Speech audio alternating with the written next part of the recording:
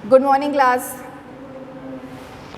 बेटा आज हम लोग मैथ्स विद टीएलएम पढ़ेंगे, ठीक है। क्या होता है ये maths with TLM?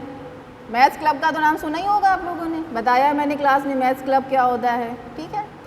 Maths club के अंदर कुछ प्रोजेक्ट वर्क होते हैं, उसमें आप लोग कुछ मॉडल्स बनाते हैं, उन मॉडल्स के थ्रू बच्चों को मैथ्स समझाने की कोशिश करते हैं।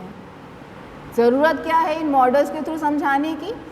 जिससे बच्चे के मन के अंदर मैथ्स का जो डर बैठा रहता है वो ख़त्म हो जाए। उसको ये ना लगे कि मैथ्स बहुत डरावनी चीज़ होती है, बहुत डिफ़िकल्ट चीज़ होती है, इसको समझना बहुत मुश्किल होता है। अमूमन सभी बच्चों के अंदर ऐसा रहता है, आप लोगों के अंदर भी रहा होगा, लगा होगा आप लोगों को नहीं मैथ्स बहुत डिफ़िकल्ट चीज़ होती है, समझ में नहीं आती जल्दी, बहुत टाइम टेकिंग चीज़ होती है, कुछ चीज़ें समझ में आती हैं, कुछ सर के ऊपर से निकल जाती हैं। ऐसा नहीं होता है। कोशिश क्या करनी है हम लोगों को कि हम लोग जो बच्चों को पढ़ाएं तो उनको ये ना लगे कि हमें मैथ्स पढ़ाई जा रही है या कोई सब्जेक्ट पढ़ाया जा रहा है। उनको ऐसा लगना चाहिए कि उनके साथ आप कोई खेल खेल रहे हैं। कुछ मॉडल्स हैं आपके पास, आप मॉडल्स के ज़रिए उनको समझा रहे हैं तो उनको ऐसा लगेगा कि कुछ इंटरेस्टिंग चीज़ें बताई जा रही हैं, जैसे प्ले ग्रुप में बताई जाती हैं, खेल विधि से, खेलों के माध्यम से। तो आप उनको बताएंगे मॉडल्स के थ्रू।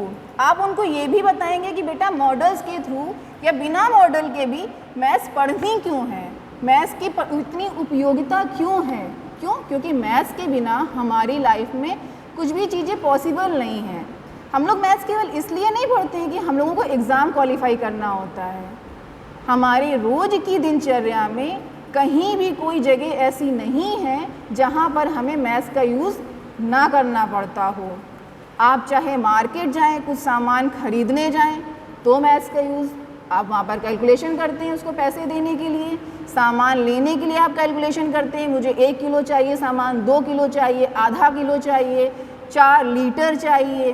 पैसों के लिए कैलकुलेशन करते हैं कि कितने रुपए किलो है, कितने रुपए लीटर है। सामान आपको बेचना होता है, उसके लिए भी आपको कैलकुलेशन चाहिए। घर में मदर अगर रोटियां भी बना रही है तो उसके लिए भी कैलकुलेशन चाहिए कि हमें कितनी रोटियां बनानी है। वो पूछती हैं आपके लिए 2 रोटी बनानी है, आपके लिए 4 रोटी बनानी है, यानी टोटल उसको काउंटिंग करनी होती है कि कितनी रोटियां बना लें हम। आप मेडिकल फील्ड में जाइए, वहाँ पर भी आपको कैलकुलेशन की ज़रूरत होती है, मैथ्स का यूज़ है।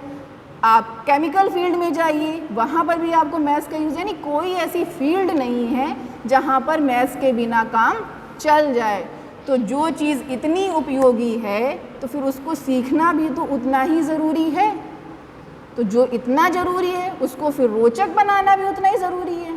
तो आप बच्चों के अंदर इंटरेस्ट डेवलप हो, इसलिए उनको मॉडल्स के थ्रू मैथ्स को समझाने का प्रयास करेंगे। क्लियर है? चलिए हम लोग मॉडल्स के थ्रू कुछ समझते हैं। आ जाइए इधर सब लोग।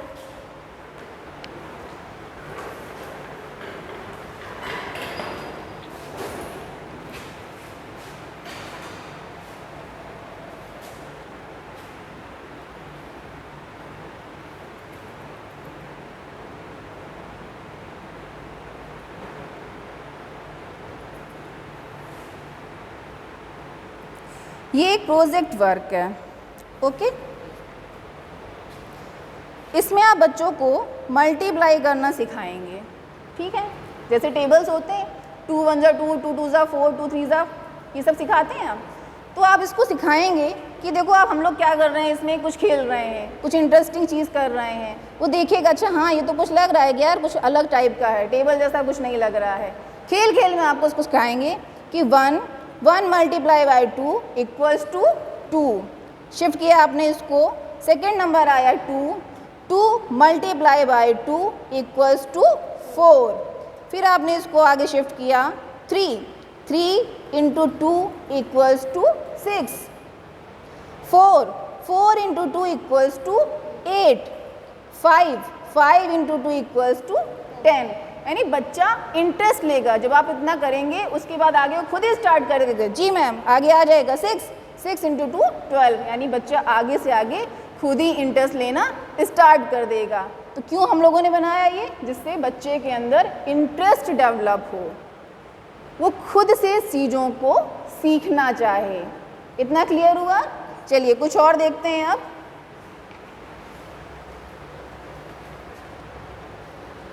ये देखिए, इसे बोलते हैं जियो बोर्ड।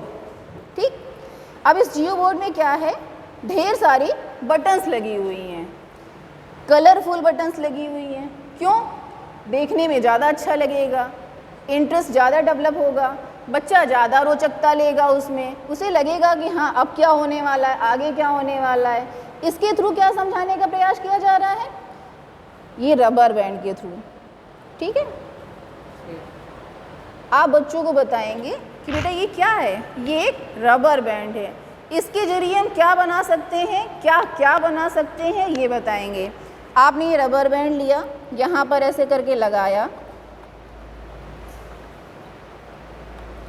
और एक स्क्वायर बना दिया। स्क्वायर कैसे, अब आप बच्चे को समझाएंगे। स्क्वायर क्या होता है, ऐसी बंद आकृति जिसकी चारों साइड्स इक्वल होती हैं और प्रत्येक कोण समकोण होता है। समकोण मतलब 90 डिग्री एंगल। तो आप उसको इसमें समझा सकते हैं कि देखो 1 2 3 बटन्स इस साइड में हैं, 1 2 3 बटन्स इस साइड में है, 1 2 3 बटन्स इस साइड में है, 1 2 3 बटन्स इस साइड में है। यानी सब इक्वल डिस्टेंस में चारों साइड्स में 3 बटन्स हैं। यानी हमारी जो चारों साइड्स हैं वो चारों साइड्स इक्वल हो गई, चारों साइड्स इक्वल हैं। एंगल हमारा समझ में आ रहा है 90 डिग्री है। तो इस जो शेप है किसकी है, वर्ग की, स्क्वायर की।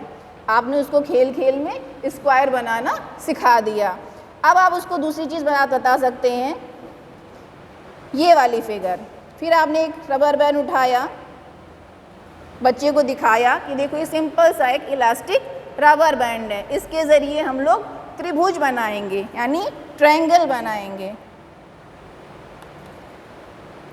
इसके ज़रिए आपने उसको एक ट्रायंगल बनाकर बता दिया, 1 side, 2nd side, 3rd side. आधार, लंब, विकर्ण। त्रिभुज में क्या होती है, यही 3 साइड्स होती हैं। आपने त्रिभुज बनाना बताया, इसी के ज़रिए आप आयत बनाना सिखा देंगे, पंचभुज बनाना सिखा देंगे। यानी जितनी भी फिगर्स आप इसके ज़रिए रबर बैंड से बना सकते हैं वो सारी फिगर्स आप बना सकते हैं और बच्चा सीख जाएगा। क्यों?